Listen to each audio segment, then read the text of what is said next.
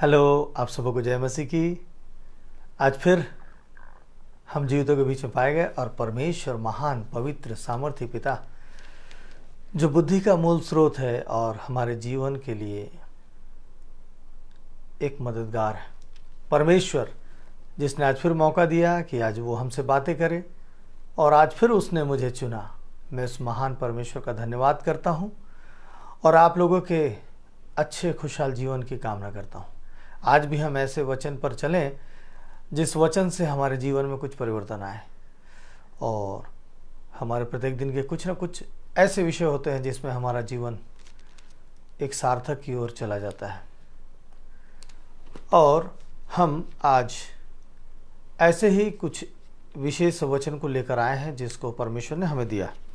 तो आइए हम शुरुआत करते हैं भजन संहिता पुराने नियम, बाइबल के पुराने नियम से। भजन संहिता 111 इसमें उसके 10 में इस प्रकार से लिखा है, बुद्धि का मूल यहोवा का भय है, जितने उसकी आज्ञाओं को मानते हैं। बुद्धि का मूल यहोवा का भय है, जितने उसकी आज्ञाओं को मानते हैं। उनकी बुद्धि अच्छी होती है, उसकी स्तुति सदा बनी रहेगी। कितनी खूबसूरत बातें हैं।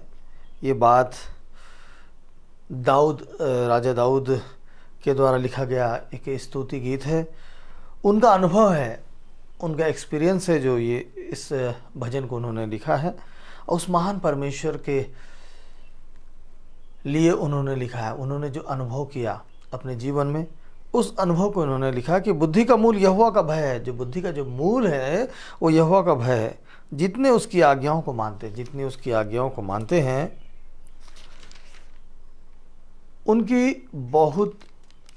उनकी बुद्धि अच्छी होती है, उसकी स्तुति सदा बनी रहेगी और उस व्यक्ति की स्तुति जो है सदा बनी रहेगी। तो क्यों ना हम अपने आप को इस बात को देखें, क्योंकि बुद्धि एक मनुष्य के लिए, आप में जो मनुष्य जाति के प्राणी पाए जाते हैं, हम जो सारे संसार के प्राणी से भिन्न है, जिसको परमेश्वर अपने स्वरूप में बनाया, उसने विशेष बात यही दिया कि हमें बुद्धि दी है, समझ दिया है। और इसलिए वो राजा दाऊद बोलते हैं बुद्धि के बारे में कि परमेश्वर का जब हम भय मानते हैं तो हमारी जो बुद्धि है वो अच्छी होती है। और हमारे लिए, हम जब ना भी रहें इस दुनिया में, हम जब चले भी जाएं तो भी क्या होगा, हमारी स्तुति बने रहेगी। आज हम राजा दाऊद को याद करते हैं, सुलेमान को याद करते हैं, एलिय्याह को याद करते हैं, मूसा को याद करते हैं। बाइबल के प्रत्येक जन को हम याद करते हैं जिन्हें ये स्थान मिला गया।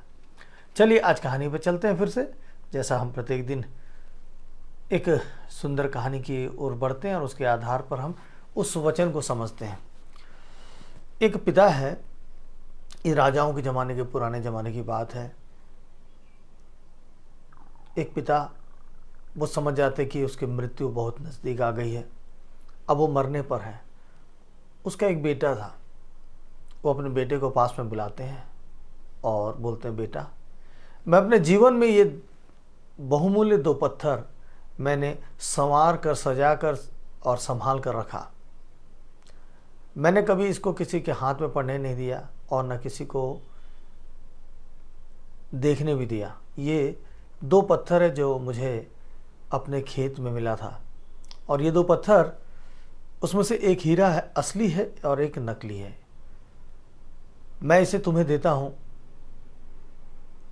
और इसकी तुम जांच करा लेना। अब मैं इस दुनिया को छोड़ के जा रहा हूँ। परमेश्वर के हाथ में मैं अपनी आत्मा को समर्पित करता हूँ। और वो व्यक्ति की मृत्यु हो जाती है। वो बेटा वो हीरे को लेकर, वो 2 पत्थर को लेकर, 2 हीरे को लेकर, एक असली और एक नकली, 2 को लेकर वो निकलता है। जितने सुनार हैं सबके पास जाता है,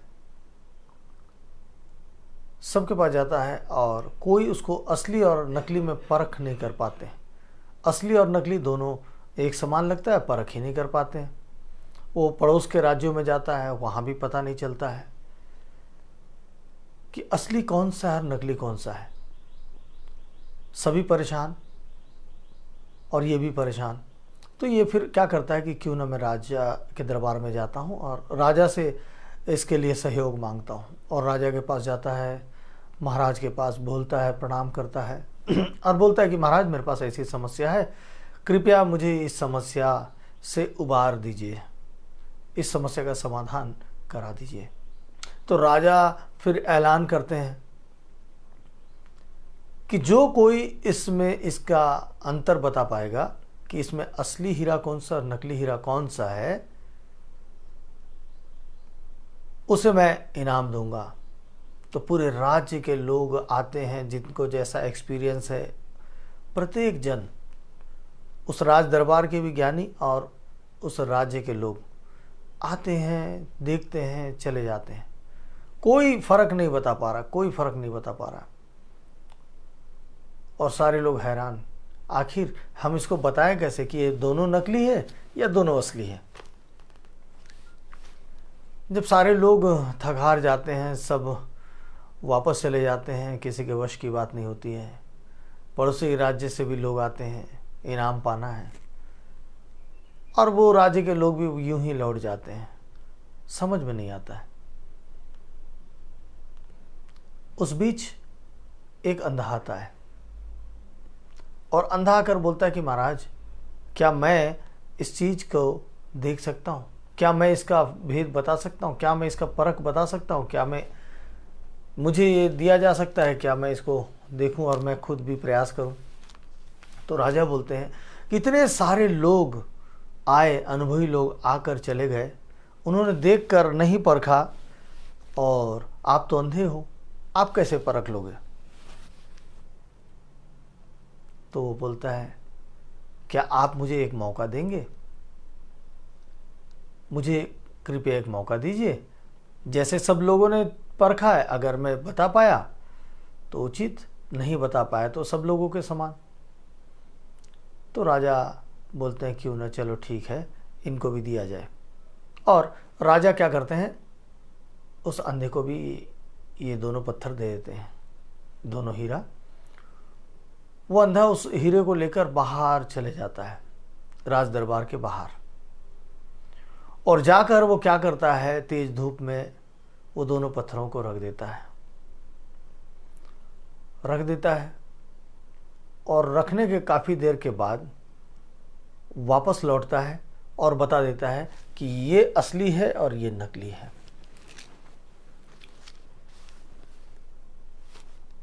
तो राजा बोलते हैं कि आपको ये बात पता कैसे चली और ये कंफर्म कैसे है?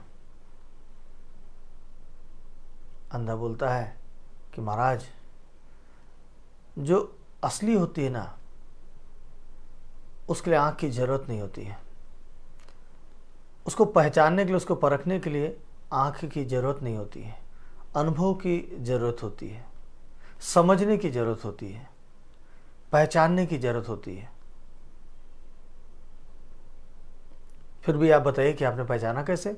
तो बोलता है कि जब मैं इसे धूप में रख दिया, धूप में रखने से जो हीरा है वो तेज धूप में भी, क्योंकि वो हीरा है, वो धूप में भी शीतल रहा। वो अपने आप में, अपने अंदर ऊष्मा को समाने नहीं दिया, और वो शीतल और वो ठंडा का ठंडा रह गया। लेकिन जो पत्थर है वो धूप की तेजी से गर्म हो गया। ये दोनों, ये जो है, इनकी पहचान है कि वो धूप के सामने ठहर नहीं पाया, और इसलिए मैं इस बात को आपके सामने प्रूव करता हूं कि ये असली है और ये नकली है। इस बात से राजा बहुत प्रसन्न होते हैं और उस अंधे व्यक्ति को इनाम देते हैं, खुश हो जाते हैं, उनके अनुभव के अनुसार खुश हो जाते हैं, और उनको एक सम्मान भी मिलता है। तो हमने जो आज वचन पढ़ा है भजन संहिता, और भजन संहिता के 111 में, उसमें हमने पढ़ा बुद्धि का मूल यहोवा का भय है। बुद्धि का मूल यहोवा का भय है। जितने उनकी आज्ञाओं को मानते हैं, जितने उनकी आज्ञाओं को मानते हैं, उनकी बुद्धि अच्छी होती है, उसकी स्तुति सदा बनी रहेगी, उसकी स्तुति सदा बनी रहेगी। ये परमेश्वर का वचन है जो हमारे लिए दिया गया है। अगर हम हीरे की समान हैं, हम में सच्चाई है, हमें पवित्र आत्मा का वास होता है, हम परमेश्वर के निकटता में बने रहते हैं, हमारा जीवन प्रार्थना में जीवन होता है, तो हमारा जीवन उस असली हीरे के समान होगा। जब कितने भी दुख, पीड़ा, तकलीफ, समस्या कुछ भी आए, लेकिन हमारा जो चरित्र है ना, वो शीतल बना रहेगा, वो नरम बना रहेगा, वो शांत बना रहेगा, जिससे हम पहचाने जाएंगे कि हम मसीह के लोग हैं। और यदि समस्या में, तकलीफ में हम पढ़कर दुखित हो जाएंगे, पीड़ित हो जाएंगे, सामना नहीं कर पाएंगे और हम बेचैन हो जाएंगे, यहाँ वहाँ दौड़ेंगे, तो हम समझ सकते हैं कि हमारा जीवन परमेश्वर से निकटता में या परमेश्वर से अलग। परमेश्वर का जब हम भय मानते हैं तो परमेश्वर बुद्धि देता है। वो व्यक्ति, वो अंधा व्यक्ति परमेश्वर का भय मानता था, और उसका भय मानने के कारण उसके अंदर शालीनता थी, उसके अंदर धीरज, धैर्य था, उसको पहचानने की क्षमता थी, और वो पहचान गया। आपके मेरे जीवन में यही खासियत होनी चाहिए। अगर आप परमेश्वर के लोग हैं तो आपको पुकार पुकार कर, चिल्ला चिल्ला कर बताने की जरूरत नहीं होगी कि मैं परमेश्वर का जन हूं। आपको अपने जीवन के समस्या का सामना करने का सामर्थ्य उत्पन्न हो जाएगा, और तब हमारी स्तुति बनी रहेगी। लोग हमारे उस निर्णय से, हमारे उस समस्या से बाहर जाने पर, जब हम उस समस्या से बाहर निकलेंगे तो लोग हमारी स्तुति करेंगे, हमारी प्रशंसा करेंगे। इसलिए प्रशंसा करेंगे क्योंकि हम उन समस्याओं का समाधान निकाल कर हम पार हो गए। देखिए, हम एक वचन को और देखते हैं। वो वचन इस प्रकार से लिखा है, इतना खूबसूरत वचन है ये। सबोपदेशक 11 से पढ़ते हैं हम, 8 के 11। बुरे काम के दंड की आज्ञा फुर्ती से नहीं दी जाती।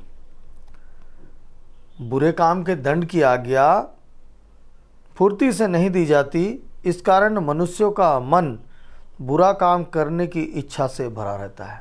इसलिए जो है, मनुष्यों का जो मन है ना, वो क्या करता है? बुरा काम करने की इच्छा से भरा रहता है। चाहे पापी 100 बार पाप करे, चाहे पापी 100 बार पाप करे और अपने दिन भी बढ़ाए, चाहे पापी 100 बार पाप करे और अपने दिन भी बढ़ाए, तो भी मुझे निश्चय है कि जो परमेश्वर से डरते हैं, तो भी, ये राजा सुलेमान बोल रहे हैं, तो भी मुझे निश्चय है कि जो परमेश्वर से डरते हैं और उसको अपने सम्मुख जानकर भय से चलते हैं, भय से चलते हैं, उसको अपने सम्मुख जानकर भय से चलते हैं, उनका भला ही होगा। परंतु दुष्ट का भला नहीं होने का, परंतु दुष्ट का भला नहीं होने का, और न उसकी जीवन रूपी छाया लंबी होने पाएगी, और न उसकी जीवन रूपी छाया लंबी होने पाएगी, क्योंकि वह परमेश्वर का भय नहीं मानता, क्योंकि वह परमेश्वर का भय नहीं मानता। तो यहाँ पे जो परमेश्वर का भय नहीं मानता उसके बारे में हमने देखा, और जो परमेश्वर का भय मानता उसके बारे में हमने देखा। परमेश्वर का भय मानने वाले के लिए क्या होगा? उसकी स्तुति, उसकी प्रशंसा होगी सदा काल के, चाहे वो व्यक्ति हो ना हो। लेकिन यहाँ पे क्या लिखा हुआ है? चाहे पापी 100 बार पाप करे और अपने दिन भी बढ़ाए, तो भी मुझे निश्चय है कि जो परमेश्वर से डरते हैं और उसको अपने सम्मुख जानकर भय से चलते हैं, उनका भला ही होगा, उनका भला ही होगा। परंतु दुष्ट का भला नहीं होने का। परंतु किसका भला नहीं होने का? दुष्ट का भला नहीं होने का, और न उसकी जीवन रूपी छाया लंबी होने पाएगी, क्योंकि वो परमेश्वर का भय मानता है। हम इस बात को समझ रहे हैं और इस बात को अच्छे से जान रहे हैं कि परमेश्वर आज हमसे कौन सी बातें बोल रहा है। अगर हम अपने जीवन में किसी बात को परखने जा रहे हैं, या लोग हमको परखने जा रहे हैं कि हमारा जीवन चरित्र कैसा है, सच्चा है या झूठा है, तो हमको देखकर, हमारे जीवन शैली को देखकर जान जाएंगे। और दूसरी बात, हम जब अपने जीवन में समस्या के साथ साथ तकलीफ़ों में जिसका उत्तर नहीं है, जिसके लिए कोई समाधान नहीं है, और हम परमेश्वर के पास निकटता में रहते उसका भय मानते, तो हमारे बुद्धि को इस लायक बना देता है कि हम धीरज से उस चीज़ का सामना करते हैं और बाहर आ जाते हैं। और परमेश्वर इस बात में हमारी सहायता करता है। क्या होता है, एक कहानी मैं आपके सामने और रखूंगा, और ये कहानी इसलिए रख रहा हूं क्योंकि क्या होता है कि हम अपने चरित्र को अच्छा बनाने के लिए हम दूसरे को अपना आइडल मानते हैं या दूसरे से अपना तुलना करते हैं, और हम जो हैं वो असलियत में हमारी जो खासियत है हम उसको छोड़ देते हैं, भूल जाते हैं। आइए मैं एक धोबी, उसके एक गधे और उसका एक कुत्ता, तीन प्राणी के बीच के घटनाओं को बता रहा हूँ, कहानी को बता रहा हूँ। एक धोबी था, वो अपने दोनों जानवर से बहुत प्यार करता था। उसके पास एक बहुत अच्छा कुत्ता था और एक जो था उसके पास गधा था। धोबी के पास गधा तो ज़रूरी होता है क्योंकि वो कपड़ों को लेकर उसी में उसको बोझ को लेकर उसमें ले जाना लाना करता है। तो धोबी क्या करता था, कुत्ते को अपने घर में छोड़ता, कुत्ता घर की रखवाली करता, और धोबी क्या करता, गधे को लेकर जाता। और अपने काम को करने के बाद शाम को जब वो लौटता था गधे के ऊपर बोझ लाद कर, गधे दिन भर उसके साथ रहता था, बोझ लाद कर जब वो वापस लौटता था तो जैसे ही घर पहुंचता था तो देखता है कि कुत्ता उसके ऊपर चढ़ जाता है, बहुत प्यार करता है, और धोबी भी उससे बहुत प्यार करता है, बिल्कुल चढ़ जाता है, उसके कपड़े खींचने लगता है ना, उसको चाटने लगता है, बहुत प्यार करता है कुत्ता कि मेरा मालिक आ गया। और उसको देखकर ये गधा को बहुत तकलीफ होता है कि मैं दिन भर इसके साथ रहता हूँ, दिन भर इसकी मदद करता हूँ, बोझ में ढोता हूँ, और ये मुझसे इतना प्यार नहीं करता है। ये दिन भर घर में पड़ा रहता है और जैसे ही घर में आने के बाद ये ऐसा लाड़ करता है तो ये भी उसके साथ लाड़ करता है, उसके साथ बड़ा मस्ती करता है। उसके बाद ये घर के अंदर प्रवेश करता है और ये लगातार वो गधा देखता रहा और उसके मन में ना ऐसी बातें होने लगी कि मुझसे प्यार नहीं करता है, मेरा मालिक मुझसे ज़्यादा प्यार नहीं करता है, मुझसे ज़्यादा इससे प्यार करता है, मैं इतना काम करता हूँ उसके बाद भी मेरा ख्याल नहीं है, मैं उसका बोझ लाता हूँ फिर भी मेरा ख्याल नहीं है, मुझसे ज़्यादा ये इससे प्यार करता है, कितने खूबसूरत तरीके से मिलता है, उसको गले लगाता है। तो एक रोज़ जब धोबी कहीं गया होता है, वापस लौटता है, तो जब लौटता है ये भी गधा भी प्लान बनाता है कि मैं भी कुछ ऐसा क्यों ना करूं कि जिससे मुझे पता चले कि मेरा स्वामी मुझसे भी प्यार करता है। और जिस दिन गधा सामने था और कुत्ता पीछे की ओर, घर मकान के पीछे ओर चला गया, उतने में उसका मालिक आ जाता है। और जैसे मालिक आता है तो ये बिल्कुल कुत्ते के समान करने लगता है, उसके ऊपर चढ़ जाता है, उसको चाटने लगता है, उसके कपड़े को खींचने लगता है। तो मालिक घबरा जाता है, ये क्या हो गया, पागल हो गया क्या गधा। उसके खूर से मालिक को चोट लग जाता है और उसके कपड़े खींचने से उस धोबी के कपड़े फट जाते हैं, उसके चाटने से उसको परेशानी हो जाता है। तो वो क्या करता है, तुरंत देखता है कि मेरा गधा पागल हो गया, मेरा गधा ऐसी हरकतें कर रहा है। तो वो क्या करता है, उसको डंडे से मारने लगता है, मार के उसको भगा देता है कि मेरा गधा पागल हो गया। तो गधा सोचने लगता है कि ऐसा मैंने क्या किया, ऐसा तो वो कुत्ता करता है, तो ये उसके साथ बहुत प्यार करता है, मैंने ऐसा क्या किया जिससे ये मुझको पीटने लगा और मुझको घर से भगा दिया। मैंने तो ऐसा कोई काम नहीं किया, जैसा वो कुत्ता करता है वैसा मैं किया, उसको बड़ा प्यार मिला और मेरे को आज भगा दिया गया। यही बात हम समझते हैं, हमने क्या किया। हम अगर दूसरे के आइडल में जाकर हम इस बात को समझेंगे तो हम नहीं समझ पाएंगे, क्योंकि हमारे पास अपना हुनर है, हमारे पास अपनी कला है। हमको अपने समस्या से निकलने के लिए हमारे पास अपनी बुद्धि, अपनी क्षमता है।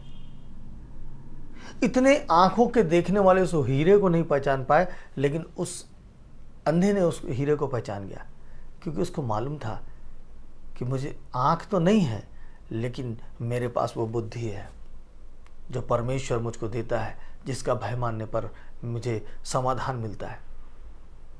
और वो व्यक्ति परमेश्वर की ओर ताका, उसने अपनी आंखों के ऊपर विश्वास नहीं किया, उसने अपने आप को पहचाना, दूसरे को देखकर उसने नहीं, दूसरे को देखकर उसने एक्सपीरियंस नहीं किया, दूसरे को देखकर उसने अनुभव नहीं किया।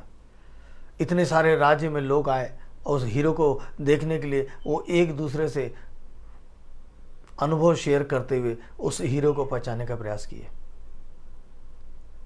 लेकिन खुद का अनुभव उनके पास नहीं था। ऐसे ही हमारा जीवन है। हम खुद से अपने आप को समझें, हम खुद से अपने आप को पहचानें, हम अपनी समस्या का समाधान खुद ढूंढ सकते हैं। सिर्फ और सिर्फ हमारे साथ परमेश्वर होते हैं, जिन्होंने हमें बनाया, हमें रचा, और पूरे पल वो हमारे साथ रहते हैं। पूरे पल हमारे लिए सुरक्षा देते हैं, हमको जीवन देते हैं, हमारे लिए सारी बातों को करते हैं। वो परमेश्वर, महान परमेश्वर जो हमारे लिए सारी बातों को करते हैं, क्यों ना हम उसी के पास रहें, इधर उधर नहीं ताकें, और आज का वचन जो हमें मिला है उस वचन के अनुसार हम चलें। महान परमेश्वर जो हमें जीवन देता है, सारी बातों को हमारे लिए करता है, उन्होंने क्या कहा है? उन्होंने क्या है कि चाहे पापी 100 बार पाप करे और अपने दिन भी बढ़ाए, तो भी मुझे निश्चय है कि जो परमेश्वर से डरते हैं और उसके सम्मुख जानकर भय से चलते हैं, उनका भला ही होगा। तो हम अगर परमेश्वर का भय माने और उसके आज्ञा का पालन करते, उसके सम्मुख अपने आप को रखें, तो हमारा भला ही होगा। उस परमेश्वर की स्तुति हो। आइए हम प्रार्थना में चलते हैं, ताकि हम आज इस बात को हम समझ रहे हैं, जिन बात के लिए हमें परमेश्वर ने आज बुलाया, और हम जो अपनी समस्या को लेकर यहाँ वहाँ भटक रहे हैं, आज हम खुद प्रार्थना में बैठेंगे तो प्रभु हमारे ज्ञान को खोलेगा और बड़ी से बड़ी हमारी समस्या जो है उसका समाधान हम निकाल लेंगे। आइए प्रार्थना में चलते हैं। सामर्थी पिता परमेश्वर, अनुग्रहकारी मेरे प्रभु जी, आज आपने एक खूबसूरत तरीके से हमें समझाया है कि यहाँ वहाँ ताकने की आवश्यकता नहीं है। सिर्फ आपका भय मानने पर हमें बुद्धि और ज्ञान और लाभ प्राप्त होता है प्रभु, क्योंकि संसार आपने बनाया और इस संसार को आपने हमें दिया है प्रभु। हम तो इस दुनिया में यात्री हैं पिता, और इस यात्रा में पिता परमेश्वर हमारी मंजिल जब आप चाहेंगे पिता परमेश्वर, वहाँ हमारी मंजिल पहुँच जाएगी प्रभु।